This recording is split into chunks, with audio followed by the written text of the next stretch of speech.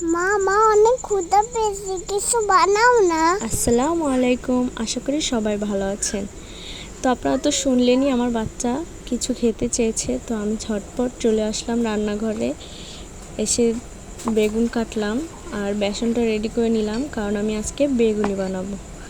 সে বেগুনি খুবই পছন্দ করে। চুলায় দিয়ে দিলাম প্যান, এবার দিয়ে দেব সাদা তেল।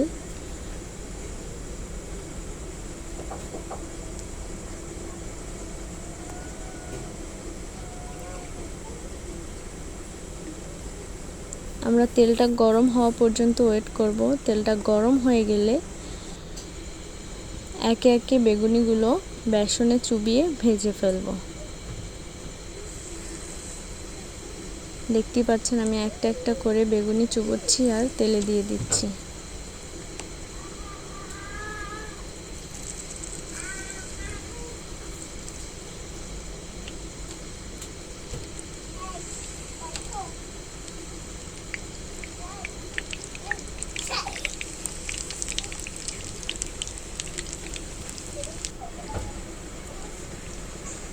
এক পাশ ভালো করে হয়ে গেলে আমি উল্টে দেব।